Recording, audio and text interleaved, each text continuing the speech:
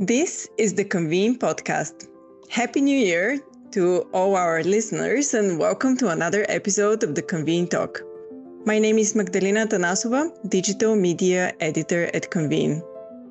In this special episode, we'll go with a Convene tradition and discuss what each of us, the editors at Convene, believe will be a trend in the new year. Kurt, over to you. Hello, this is Kurt Wagner. I'm the digital editor at Convene, and my trend is probably an obvious one for many, but it's the promise of AI for events, artificial intelligence. We've heard about large language models like ChatGPT and other generative AI platforms that create new content, including text, images, and music. But I wanted to talk about sort of the other types of tech for events that now that AI is around, they are sort of going to be supercharged. And if you are planning to go to convening leaders, you've probably seen the list of the tech that will be at the technology playgrounds. And a lot of those show where this could be going. You know, there's wearable tech for events, networking tools, event planning and software, scheduling, touch screen kiosks that are powered by AI, augmented reality activations, and a host of others. These tools will streamline organizer work and open up new possibilities for immersive and engaging event experiences, is what Sean Chang told us. He's one of the people who is working on the Playgrounds organization, and he's from Curious Bear Management. But the industry as a whole is adopting all kinds of tech for these jobs, and it should make things a lot easier for event organizers. But the one thing that I think is interesting is what Barbara wrote about, and that's being able to trust your tech and trust the people using tech. So Barbara, if you want to take it away. Yeah, thanks, Kurt. I'm Barbara Palmer, the deputy editor. You know, when I thought about trends, I was really torn between two things, which is just the way that AI has just exploded. Not so much, I think, in our work because it's been there, but in our consciousness, and certainly with the ability for us to use large language models as individuals. But I was also just, in my mind, just for the past year, just the word trust, it's like Mount Rushmore in my head, how trust is so important to everything. And it's not like trust hasn't been important. It just seems like it's more important than ever.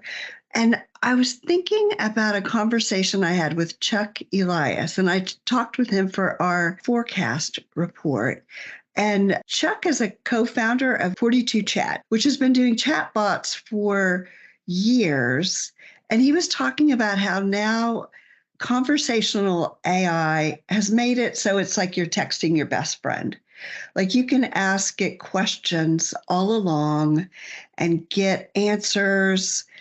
And it's not like when you register and it asks you a million questions. It can be very natural and it can be effortless. And he said something in our conversation that surprised me because it's so tech-enabled. He said, trust is the foundation of everything that we do. And as we talked about it a little further, he said, in order for this channel to be effective, people have to trust it. They have to trust that you're not going to sell text numbers to people that'll try and sell you things. You have to trust that things are accurate. You have to trust that your data will be used responsibly and trust that the data that you're getting is accurate. And I feel like that is what is at just the very basis of what's so kind of disorienting about where information technology is now, is you don't always know where it's from. You don't know who you're talking to. And so I think that that's going to become really important. We're going to have to make sure that people know where we're getting information, what we're doing with their information, and also not assume that we know. Ask questions, find out what makes people comfortable, and rely on personal networks and actual people to build our frameworks. It's really kind of interesting because when I was doing a story about LinkedIn, the thing that's different about LinkedIn and other social media platforms is it started with personal relationships. And Michelle Russell wrote about social media, and I'm going to hand this over to her. And I'm interested to hear what you have to say.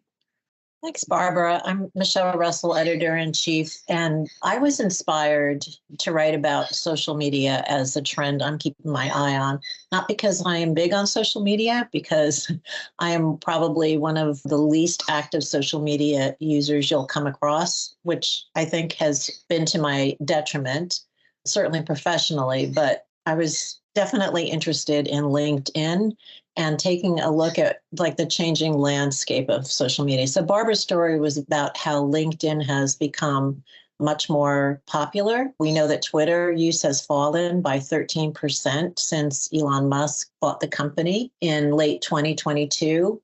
I feel better about my lack of engagement with social media after I've read Dan Lyon's book, STFU, The Power of Keeping Your Mouth Shut in an Endlessly Noisy World, where he recommends that people take a break from social media because part of the way that engages people is through posting. So the more you post, of course, the more engaged you are and the more followers you have.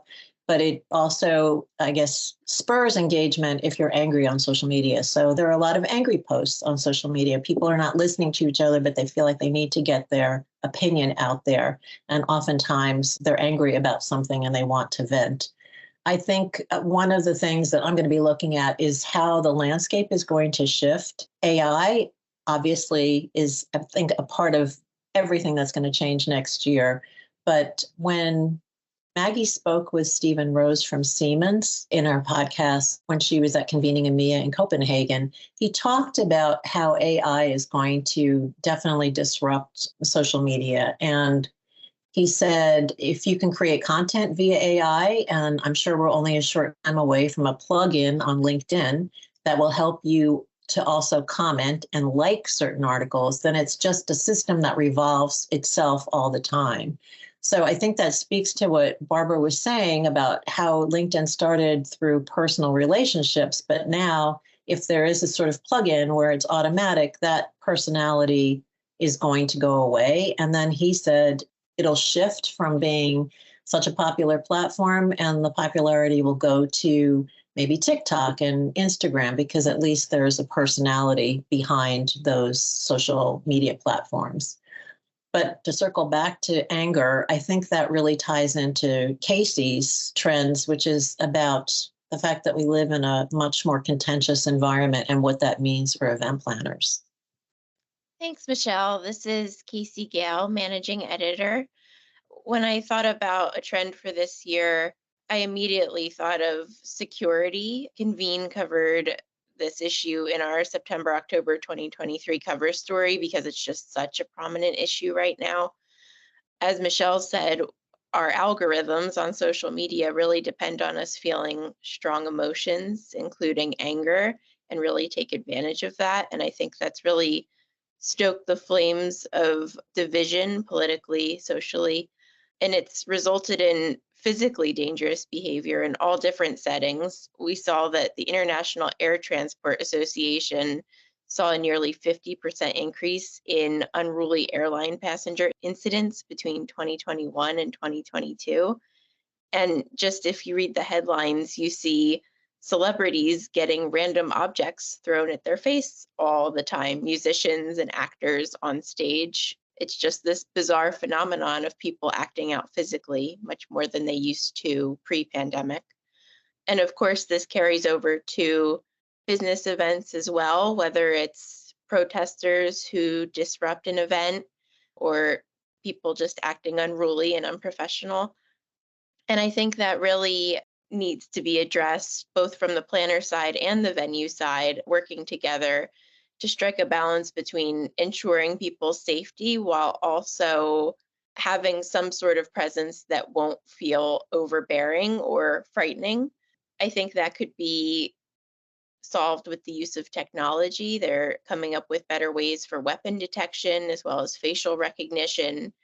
But of course, that will also require the budget to do so. And as we all know, planners are really working with less right now, which is, I think, something that Jen covered in her trend.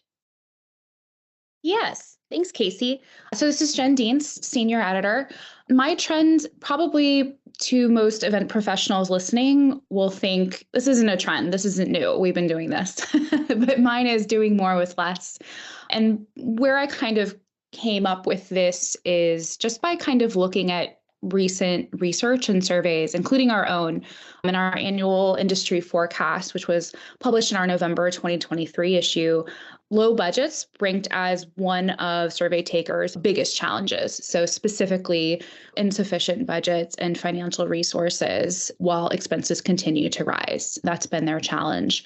And when I started kind of digging into other research, including recent data that was shared by Merit's Global Events at the most recent IMEX America, as well as CWT's and GBTA's travel price forecast for next year, everything is kind of showing the same thing, that costs across this entire supply chain are going to continue to rise at pretty impressive rates, 20 to 30% when you compare to 2019, for example. In the Merit's Global Events, I think, that includes everything from airlines to hotel rates. So pretty much everything that a planner has to deal with is just going to continue to rise. This actually may end up not being a trend, but just the new normal. What I thought was interesting, and I'll read a quote here from the CWT GBTA travel price forecast study. Astounding price rises defying most predictions are now the norm. Elevated costs look set to stay with us in the year ahead, but with muted increases going forward. This new era could reflect today's true cost of business travel. It'll be interesting to see what shakes out next year and what sticks and what doesn't. I think that ties perfectly to my trend, which covered the future of work. It touches on what you were saying, doing more with less, because planners have to really balance resources right now. But at the same time, their work environments have not changed, and oftentimes they're not allowing them to do more with less. I mean, there are other restrictions that are placed onto them from their employers. So it seems, at least from the salary survey that we held in 2023, which was published in our December issue. And it really indicated that our industry still has to catch up with the global transformation that Deloitte referred to as the shift from the Great Resignation to the Great Reimagination. Last year, the Great Resignation was a thing, and we are still feeling the consequences of it in our industry. We still don't have enough staff in many suppliers, such as venues and hotels, and we feel it. And even in the meetings market survey, we saw a reflection of that, where one respondent said that they enjoy their work, but work has gotten very difficult. And they say that hotels and suppliers are non-responsive, understaffed, and offering poor quality work. The work itself may have been a bit more flexible. So we have the flexibility in terms of format. So yes, you don't have to work from an office now. 9 out of 10 event professionals at least said that in our salary survey. They do work from home whenever they want. They have the flexibility, but they still work long hours, and their job descriptions have not changed. They are just having additional duties added onto that. It's a very interesting situation that we find the industry on at the beginning of 2024. But again, I don't want to end on a bad note. I believe there is many new leadership models that are in the industry and that are being tested. We're known for our empathy, for our resilience, and the possibility in each event planner to reinvent where we are standing, not only in terms of the events that event planners organize, but also in reimagining our industry. So I believe it will be a year that will bring many opportunities for event planners to reinvent our workspaces as well, not only our events. And with that, again, I would like to say happy 2024 to our listeners. Thank you for listening. And if you enjoyed the episode, of course, remember to subscribe wherever you listen to podcasts. And until next time.